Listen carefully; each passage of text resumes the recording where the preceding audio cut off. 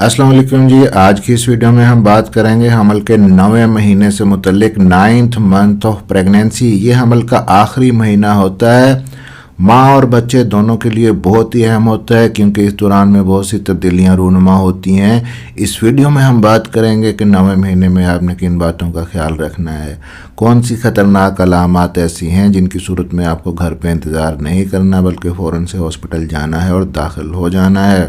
हम माँ की डाइट के बारे में बात करेंगे, बच्चे की मूवमेंट्स के बारे में बात करेंगे और कुछ और अहम पॉइंट्स 9वें महीने से मुतल्लिक इस वीडियो में डिस्कस करेंगे। मेरा नाम है डॉक्टर ताहिर, चैनल है आपके लिए डॉक्टर हेल्पिंग हेल्थ, सब्सक्राइब ज़रूर कर लीजिएगा। सबसे पहले अगर 9वें महीने में बच्चे की नशो नुमा के बारे में हम बात करें तो इस महीने में बच्चे का वज़न तेज़ी से बढ़ता है। हर हफ्ते तकरीबन 200 से लेकर 250 ग्राम तक वज़न बढ़ता है। 9वें महीने के आगाज़ में बच्चे का वज़न 2 किलो से लेकर 2.2 किलोग्राम तक होता है और इस महीने के एंड तक 3 किलो से लेकर 3.5 किलोग्राम तक हो जाता है। अगर माँ की सेहत अच्छी हो, माँ की ग़िज़ा अच्छी हो तो बच्चे की नशो नुमा और वज़न में और भी तेज़ी से इजाफ़ा होता है। इस दौरान माओं को आमतौर पर कमर दर्द, तेज़ाबियत और मैदे की जलन की शिकायत ज़्यादा हो सकती हैं। पेट में दर्द रह सकता है, भारीपन महसूस हो सकता है क्योंकि यूट्रस का साइज़ बढ़ने की वजह से मैदा ऊपर को चला जाता है, जिसकी वजह से सांस लेने में भी दिक्कत होती है। फेफड़े भी ऊपर को पुश हो जाते हैं और कभी कभार पसलियों के नीचे दर्द भी महसूस होने लगता है। 9वें महीने के एंड पे बच्चा अपना सर नीचे की तरफ कर लेता है और वो यूट्रस में नीचे उतर जाता है, अपनी पोजीशन फिक्स कर लेता है। जब ऐसा होता है तो ऊपर से जो यूट्रस की ऊंचाई है, हाइट है, 2 से 3 इंच कम हो जाती है क्योंकि बेबी नीचे उतर जाता है। इस चीज़ को लाइटनिंग कहा जाता है। इस दौरान में जब ये चीज़ होती है, माँ को अपने ऊपरी हिस्से में, सीने में, मैदे में हल्की सी आसानी महसूस होती है, लेकिन निचले हिस्से में यानी कि पेडू वाले हिस्से में दबाव और भारीपन बढ़ जाता है क्योंकि बच्चे का जो सर है अब पेल्विस के अंदर जाना शुरू हो जाता है। इस वजह से मसाने के ऊपर दबाव बढ़ने लगता है। बार बार पेशाब आने की शिकायत हो सकती है।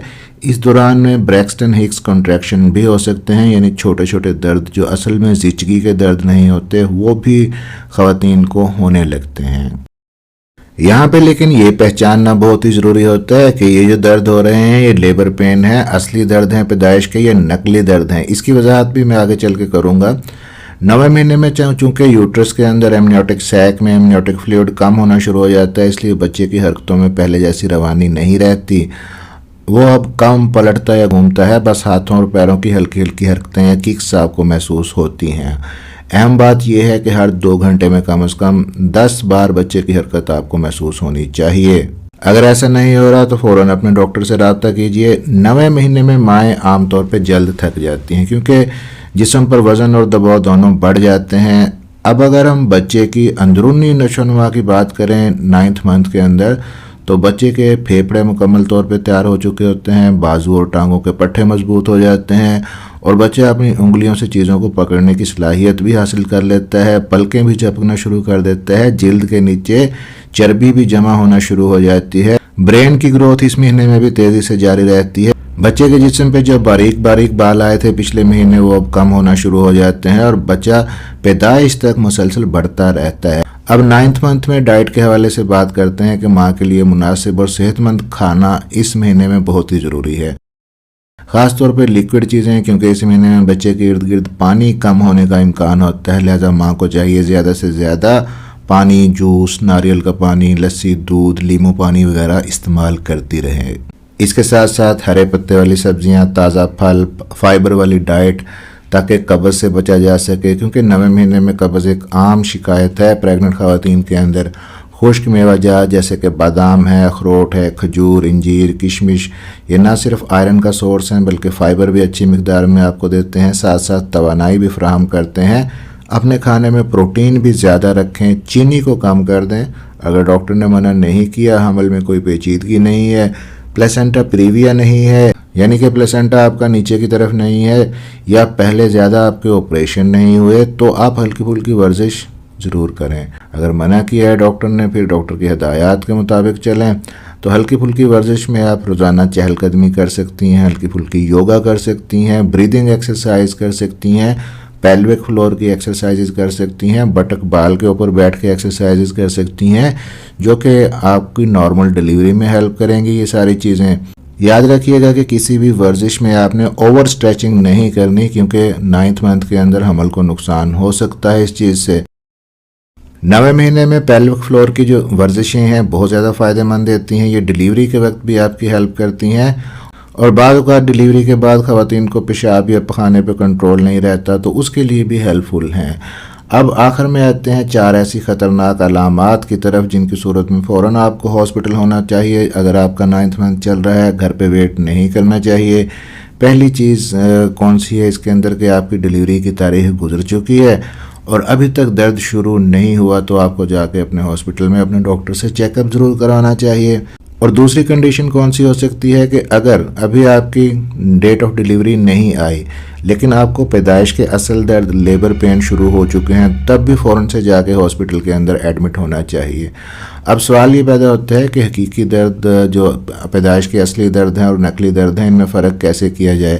نقلی درد عام طور پہ 8ویں یا 9ویں مہینے میں شروع ہوتے ہیں اور ان میں یوٹرس کے اندر کچھ دیر کے لیے سختی آتی ہے، پھر ڈھیلا ہو جاتا ہے پیٹ، لیکن جب آپ آرام کریں یا کروٹ لیں تو یہ درد ختم ہو جاتے ہیں۔ لیکن جو پیدائش کے اصلی درد ہوتے ہیں، یوٹرس میں پیٹ کے دونوں طرف پتھر کی طرح سخت ہو جاتا ہے پیٹ، شدید درد ہوتا ہے جو ٹانگوں تک پھیلتا ہے، یہ درد چند سیکنڈ تک رہتا ہے اور پھر وقفے سے دوبارہ آتا ہے۔ شروع میں یہ وقفہ 15 سے 20 منٹ تک کا ہو سکتا ہے، مگر جیسے جیسے لیبر آگے بڑھتی ہے یہ وقفہ کم ہوتا جاتا ہے، پہلے 10 سے 12 منٹ پہ، پھر 8 سے 10 منٹ پہ آ جاتا ہے۔ اس طرح درد کی شدت بھی بڑھتی جاتی ہے، دورانیہ بھی بڑھتا جاتا ہے، لیکن جو انٹرول بیچ میں آ رہا ہے، وہ گیپ جو آ رہا ہے وہ کم ہوتا جاتا ہے۔ اگر ایسا ہو تو یہ پیدائش کی اصلی درد ہیں، ٹرو لیبر پین ہے، تو چاہے آپ کی ڈیٹ ہے ڈیلیوری کی نہیں تو فوراً سے آپ کو ہاسپٹل جانا چاہیے۔ تیسری خطرناک علامت کیا ہو سکتی ہے کہ اگر پانی کی تھیلی واٹر بیگ پھٹ گیا ہے، لیکیج ہو گئی ہے، ایسی صورت میں بھی فوراً ڈاکٹر سے رابطہ کر کے اپنا چیک اپ کروانا چاہیے۔ اکثر خواتین کو شک ہو جاتا ہے کہ آیا یا پانی خارج ہوا ہے یا پیشاب خارج ہوا ہے۔ اگر خارج ہونے والے مادے یعنی کہ پانی کے اندر کوئی بو نہیں ہے تو وہ ایمنیوٹک فلوئڈ ہے، آپ کے بچے کا آپ کا واٹر بیگ لیک ہوا ہے۔ اگر اس میں کوئی سمیل ہے تو وہ پیشاب ہو سکتا ہے۔